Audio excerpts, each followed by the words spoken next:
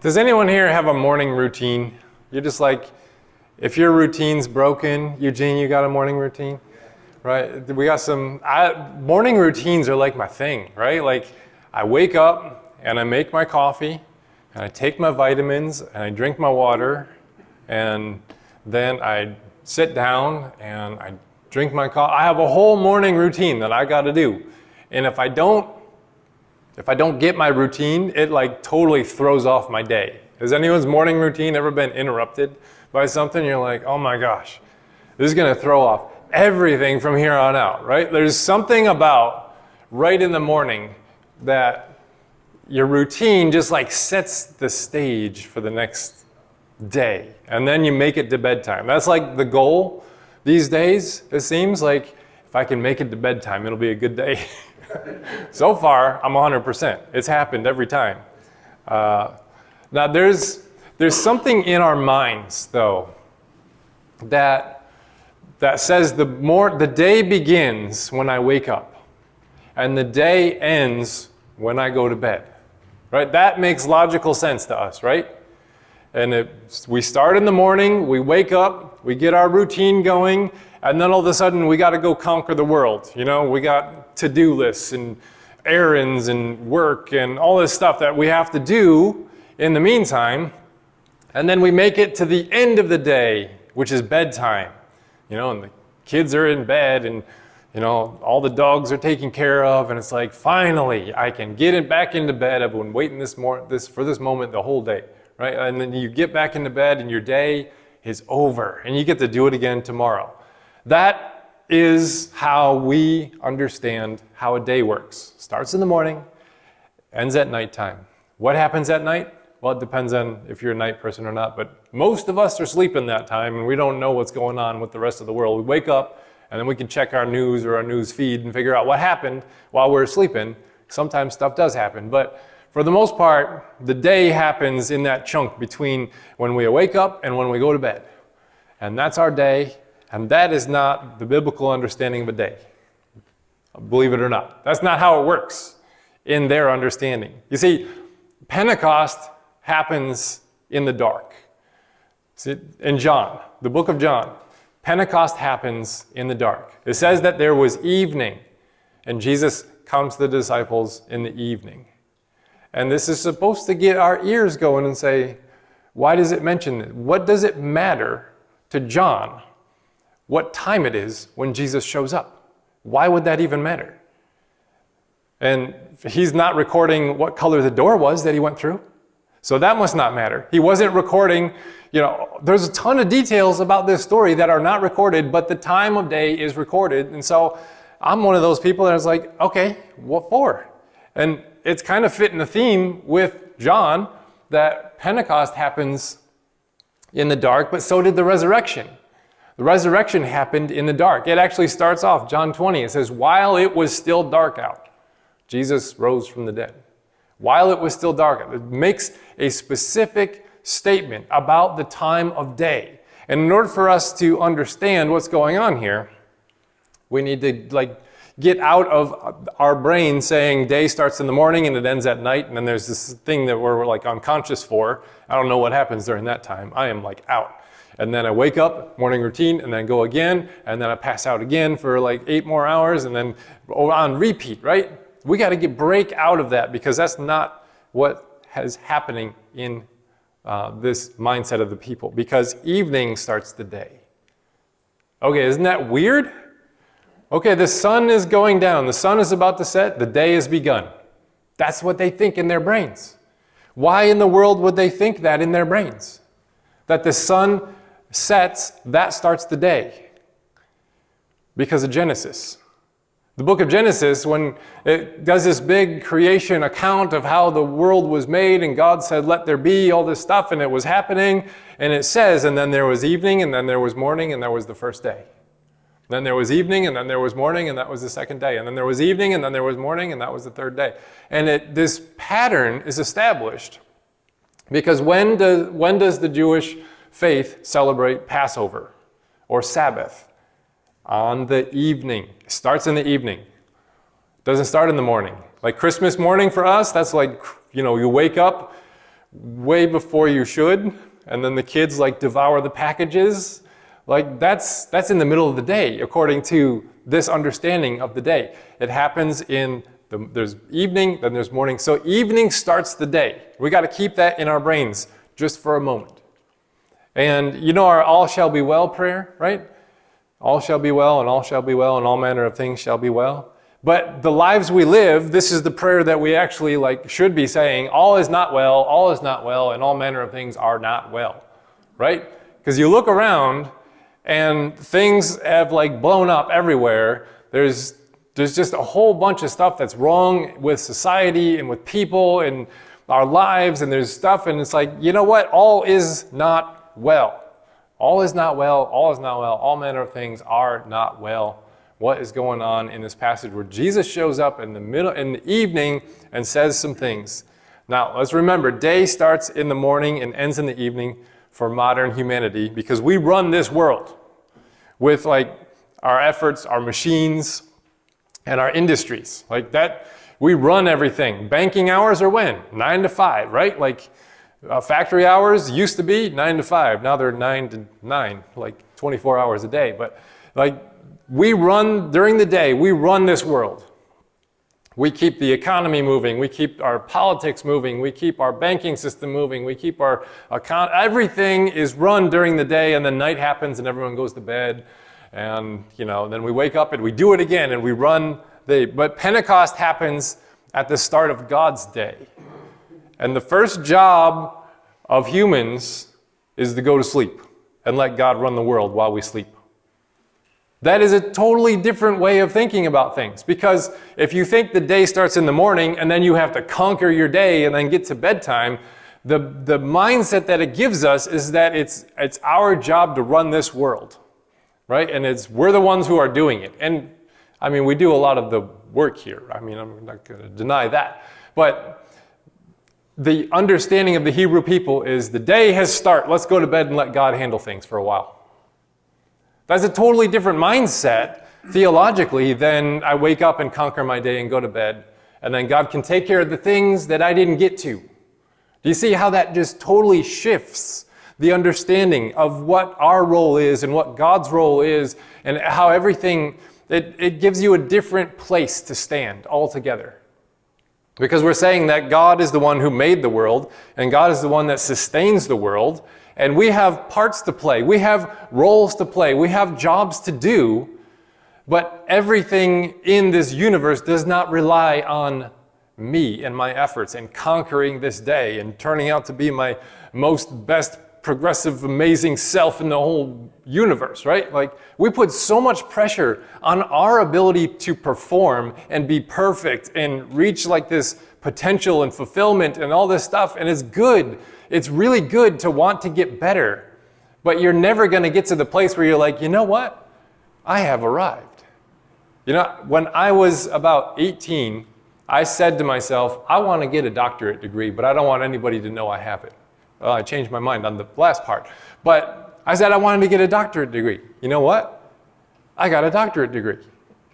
Do I feel absolutely fulfilled and good and I don't need to learn anything more? Absolutely not. I'm constantly learning stuff because there's constantly stuff I don't know. And so if we're trying to become this best self of our own self, it's good to want to be better, but you're never going to arrive. And so keep that in your brain as you're trying to get to be a better person, and you want to be healthy and be driven and do accomplishments and goals, and all those are great and wonderful things. But your value does not depend upon you achieving those things. And even when you do achieve those things, they don't really feel like an achievement because now your eye's on the horizon of the next thing you want to do. Have you ever got the goal that you wanted to get and you're well, what's next, right?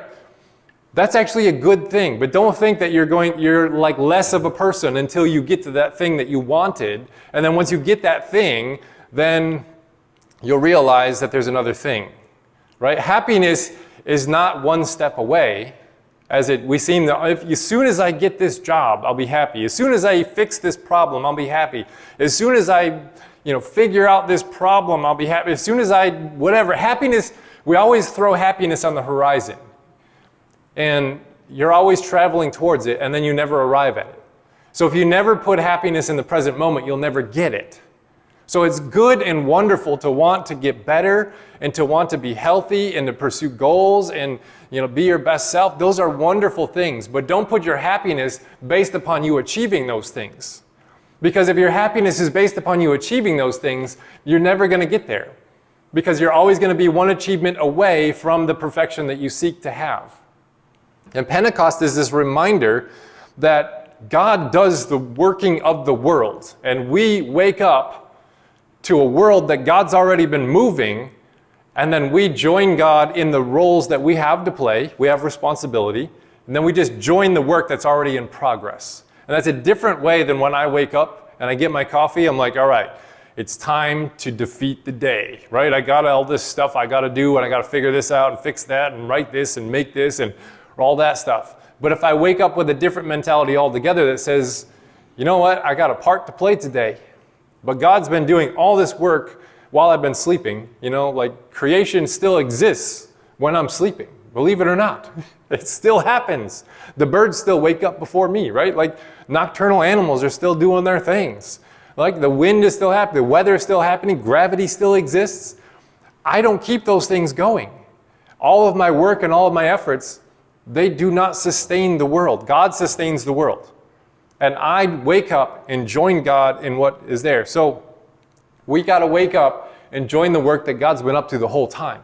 And there is a significant part that all of us play in each day. There's a significant thing that we're called to do each day. And sometimes it's a very simple thing like loving your family or making dinner. Or those things are very significant when done with great love, because the point is the love. And Pentecost is when we realize that grace runs the world, love sustains the world, and we are called, empowered, and set in motion by the same Spirit that made it all, runs it all, and sustains it all. That is what Pentecost is about.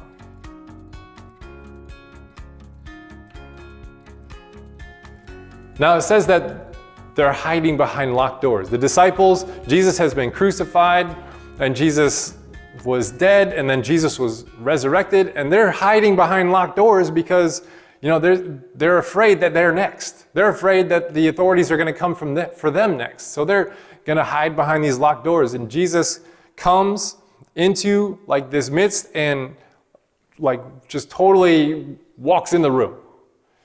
Now I love this metaphor because fear causes us to lock doors. You ever been hurt? And then you're like, I'm not going to trust that person again, right? You lock a door.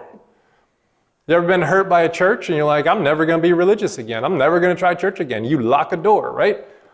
And then you have a family member that's hurt you, a friend that's burned you, a work that's burned you. You've been burned, you've been wounded, you've been hurt by something or someone in the past before. You lock a door because you want to stay safe. And there's nothing wrong with being guarded and nothing wrong with, having proper boundaries. But there's going to be a time where you have to become vulnerable again and take a chance. There's going to be a time where you're going to have to try and love again and take a chance. But fear causes us to lock doors. And when you get hurt when you're a little kid, you lock a door, and all of a sudden, now you're a grown adult, and you don't need to have that door locked, but you still have that door locked because that's always kept you safe. But now that door that's locked is holding you back from being vulnerable and opening up and receiving more love into your life. You ever, in the wintertime, we wear coats because we're in Michigan, and that's a really smart thing to do in the wintertime, right? Because coats, you need coats. We just put our coats away yesterday in bins, and we put them out in the garage, and we kept some out just in case we got a chilly night. But we're done with coats. It's summertime. We got 90 degrees coming this week, right? If I wore my coat in 90-degree weather, what's going to happen to me? I'm going to be hot, right? I have this nice, really, it's a black down coat with a nice hood, and I really love it. It keeps me nice and warm in the winter. That's an appropriate place for that coat. If I start wearing that while I'm mowing the grass, good Lord, I'm going to pass out, right? There's a place for that down coat that protects me from the harsh elements. And you may have been wounded in the past by something or someone, and that just totally took you down, and you had to protect yourself in that moment from further hurt. You had to put up boundaries. You had to lock certain doors. You had to say no to certain people. You had to say, I'm not going to that place again. You had to lock yourself away to protect yourself in that moment. It's like you wore a down coat in the wintertime. And now you've made progress and you've moved away from that moment in time. And you step out and you're still in your coat and it's 90 degrees out. And you're wondering, why do I not feel loved? Why do I not feel fulfilled? Why am I not being accepted? Because you still have your down coat on. Maybe it's time to take the jacket off and to open yourself up to receive love from people who you can trust. Not just to blatantly unlock all doors and start walking free, right? Like, you have to be wise with this. But sometimes you've been wounded and there's a time where you need that coat, but then you outgrew that coat. Your wounds healed from that moment. And there's a time when you unzip the coat, you say, thank you for keeping me safe, you hang it on the hook, and you walk outside with short sleeves on, and you get some sun on your skin. There's times for that. Now, Jesus stands among these people, these disciples who have been wounded. Their trust has been shattered. They had all these expectations of having like this political, like everything was going to be the way they wanted it politically, and Jesus was going to be the king, and they were going to be like all these like top advisors and servants of the king, and the whole world is going to come and bow before their feet, and it's going to be this great glorious moment. And then Jesus died, and they're absolutely utterly destroyed in this moment, and they're behind locked doors, and Jesus steps right into it, right into those locked doors, and he says these words, peace be with you. This is powerful because sometimes you can't get out of your locked doors because you are so used to being inside those locked doors. You are so used to being so emotionally shielded that it's really hard to unlock a door. But Jesus will come through the locked doors and he will say, peace be with you. Now there's a really interesting thing that happens in this passage, that it says that he stands among them. Jesus stands among the disciples. They're all locked in this room, and Jesus comes and stands among them. Now, you know I nerd out on stuff, right? Like I gotta nerd out on stuff because I love it. And this is the fourth time in the Gospel of John that John has used this verb pattern, among them. It's the fourth time. I think these things matter, because the scriptures are very intricate in what they're trying to do and what they're trying to say. And you gotta like really, there's so much good stuff you can find if you open your mind and search this stuff. But here's the four usages. Jesus stands among them. It's used four times. The first time is John the Baptist. The giver of the Spirit will arrive and he is among us. He's here somewhere. So there's a promise that was made. The second time was when the accusing men had a woman caught, that's air quotes there, caught in adultery. And she stands among them as this abused victim. So that verb is used there. Then the third time is when Jesus is hanging on a cross on the crucifixion between two thieves. He's hung among them, those two thieves. And then the fourth time, Jesus stands among them in this passage here to give the Spirit. There's a promise made. There is a victim that stands among these men. Jesus is now the victim that stands among the abusers, and now Jesus stands to fulfill the promise among them to give them the Spirit. Can we weave a little bit of a thread between these four things to make it make sense for us? Why John chose to use this verbiage in these four areas? Well, we who have abandoned Christ at his hour of need by abandoning the vulnerable in our society to their fate now, Jesus now stands among us to give us the Spirit to empower us to do this task. This is how we weave all these things together. The victim has now become the victor. And Jesus was victimized and he absolutely defeated sin and death on the cross and walked out resurrected because of his perfect love. And now here we abandon Christ when we abandon the most vulnerable in our society. But now he stands among us as well to give us the Spirit to go and do this task that we were fearful to do because we were behind locked doors, Because we said, I can't, and I won't open these doors and go out and be vulnerable and do this task. But Jesus gives this phrase, he says, peace be to you. He walks right into the locked doors, he says, peace. And this is not merely an absence of conflict. Peace is actually the presence of an integrity that eradicates hostility. Because if we say that peace is an absence of conflict, then we make all of the power with conflict. And when conflict is not there, then peace can exist. But as soon as conflict arrives, then peace is gone. But that's not what it is. Conflict is the absence of peace. Peace is the thing that has power. Peace is the thing of substance. And the biblical word for peace is not merely this absence of conflict, but it is the presence of wholeness that eradicates any type of hostility between people. Because you're whole and I'm whole, and I'm not hiding behind my locked doors with my wool coat on in the 90-degree weather, and you're not doing that, and we're not afraid of each other. I had this Q&A at this church that they asked me to come speak at years ago. And I was sitting among these other pastors, and it was just open Q&A. Everybody, you could ask whatever question you want. There was no script, there was no anything. And one of the questions just shot out, and they says, do you think we'll know each other when we get to heaven? And I was kind of the smartsy theologian on the staff.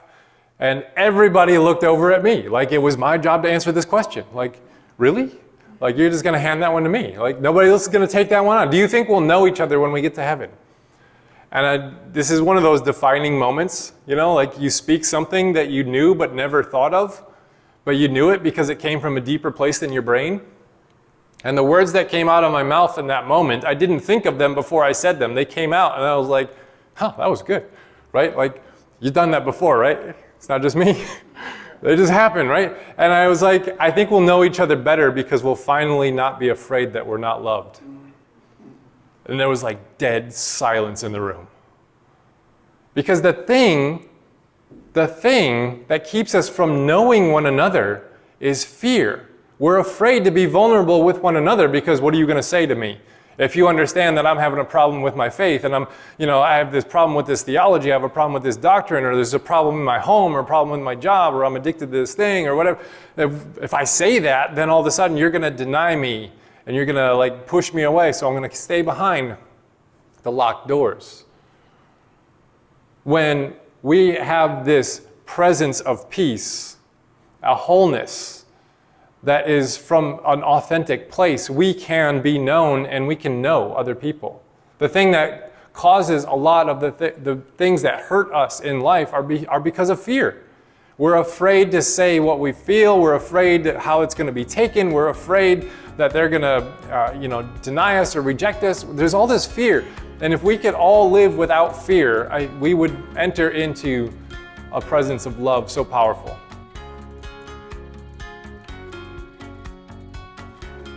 But I don't know how to get there, really. That's what we need the Spirit for. Pentecost is that giving of the Spirit. Now, how is the Spirit delivered to you?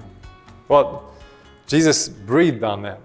Now in this post-COVID society, we're like, ew, that's gross. I've got a germaphobe friend, and there was this song about God breathing on people. We're actually going to sing a song about breathe on me, breath of God, right?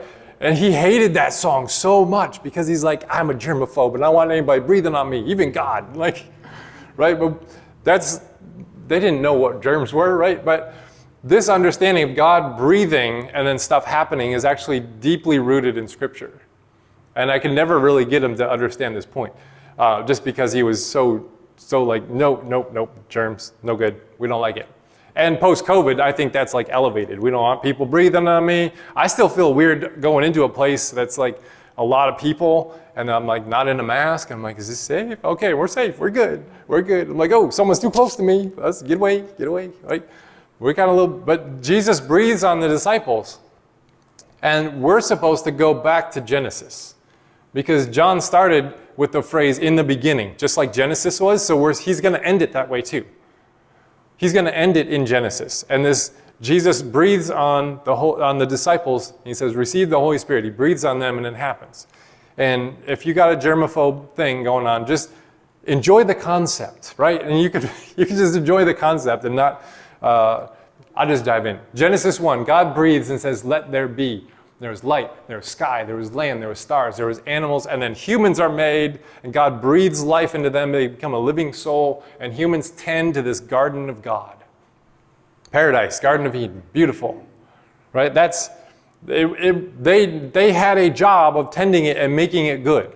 Like everything's good, all the raw materials are here, but if you ever have a garden, like gardens are really hard to keep weeds out of. You gotta tame it, you gotta cultivate it, you gotta make sure the soil's good, you gotta make sure plants are grown next to one another that are friendly with one another, right? There's work to do in a garden. God made it, now it's beautiful, and now we gotta make something beautiful out of it and like organized out of it. Now in John 20, Jesus breathes and says, let there be light, justice, peace, love, and mercy. And guess what? Those things exist in this world. The reason that we don't see them in the structures and systems that we have built is because we're not tending them like a garden. We're tending other things. We're growing other things. We're letting weeds of hate and doubt and suspicion and fear grow when we're supposed to be the ones tending the garden of God, humanity, with the things that Jesus has given us of light and justice and peace and love and mercy. These are the things that Jesus says, cultivate this in the garden of the earth. And I'm giving you the Spirit that says, let there be, and now I'm giving you the job to go and cultivate that beautiful garden, just like Adam and Eve in the Garden of Eden. And then Acts has this big Pentecost moment, right? It's big and noisy, there's fire, there's wind, everyone's publicly there, it's successful, 3,000 people become converted, and it's like this big, massive thing. In Luke, John is just like, you know what? My Pentecost moment's going to be different. It's going to be a lot different. It's going to be quiet. They're going to be fearful, hiding behind locked doors. They're going to be doubting. Thomas ain't even going to be there, right? And then it's going to be drawn out. It's going to be delayed. Y'all aren't going to just be empowered and then go, right? You got to grow and understand what this Spirit movement has done in you. Now we're all left wondering if the Spirit is actually here in our midst. If you ever look around at the world, you say, is there any hope for humanity? My gosh, everything's broken. We're doomed to repeat this self-destructive cycles over and over and over again that perpetuate violence and hatred. Is this how it's going to be forever? Is this the way that we have? No, it doesn't have to be this way. If we would cultivate this garden with light and justice and peace and love and mercy, we can see a different world. But we got to start here in our town. I think we're doing a pretty good job at it. There's some great stuff happening in this little town. It's a wonderful place to be.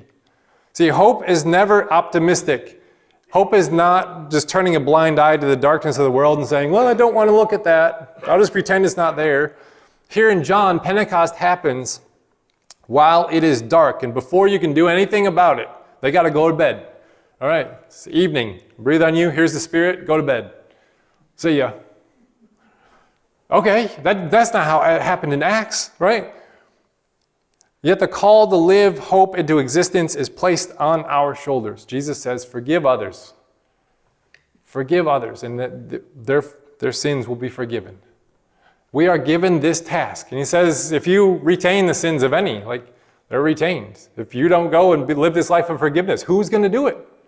Because if you forgive, they're forgiven. If you're not going to forgive, who's going to do it then? There's a sense of responsibility given on these disciples. This is an immense cause to go and grow justice and love and mercy and light in this world, but go to bed first. I'm going to take care of the world. You go to bed. And guess what? You might be in a season where you're exhausted. You might be in a season where you have absolutely no hope in this moment, and you're just like, I'm just tired. I can't do much except wake up and go to bed and try and get everything else done in the middle. You might be in that season. Take it. It's fine. The world's still going to run, whether or not you are actively conquering the day or whether you're just exhausted and depressed and you just need a rest. Take it. That's how Pentecost happened in John. Here's the Spirit, guys. Now go to bed. See you in the morning. I'll go run the world for a while. You're allowed to do that. See, love is not a sentiment. It's a tension of acceptance as you are and simultaneously spurring you on towards the image of God within you that you are too fearful to embrace. That's the tension of love. and you see somebody out there that you have tension with, you see somebody that you're having a struggle with, a hard time with, you're like, I don't like you. But love is a tension. It's not a sentiment. Like you just feel like they're a warm teddy bear all the time. You just want to hug them, right? Love is a sentiment, not a sentiment that says, I just love you because I love you. Love is a tension of saying, you know what? I see the image of God in you. I see the potential that you have to become, and I see that you're not there. I will spur you on towards that image. I will accept you as you are, but not be content to leave you this way, right? That's what God does with us. God accepts us as we are. We walk in front of God. God's like, welcome. Guess what? There's work to do, but welcome. Like going over, like going over a family member's house. And you're like, oh, welcome. Can you help me with the stairs? Love that you're here. I made you dinner. I need some help over here in the kitchen, right? Like God does this with us.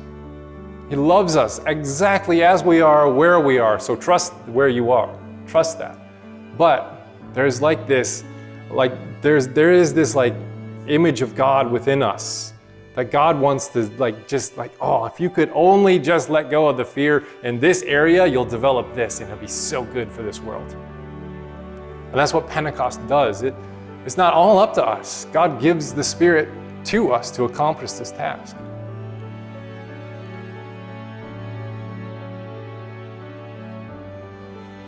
Today's benediction is The Grace That Scorches Us from Jan Richardson. We've done this a couple of times before. It's a longer poem, but it's a beautiful poem. I want to read it. It's a blessing. So here's the one thing you must understand about this blessing. It is not for you alone. It is stubborn about this. Don't even try to lay hold of it if you are by yourself. To bear this blessing, you must first take yourself to a place where everyone does not look like you or think like you, a place where they do not believe precisely as you believe, where their thoughts and ideas and gestures are not exact echoes of your own. Bring your sorrow, bring your grief, bring your fear, bring your weariness, your pain, your disgust at how broken the world is, how fractured, how fragmented by its fighting, its wars, its hungers, its penchant for power, its ceaseless repetition of the history it refuses to rise above. I will not tell you this blessing will fix all that. But in the place where you have gathered, wait, watch, listen. Lay aside your inability to be surprised, your resistance to what you do not understand. See then whether this blessing turns to flame upon your tongue, sets you to speaking what you cannot fathom, or opens your ear to a language beyond your imagination that comes as a knowing in your bones, a clarity in your heart that tells you this is the reason you were made, for this ache that finally opens us, for this struggle, this grace that scorches us toward one another and into the blazing day. Amen.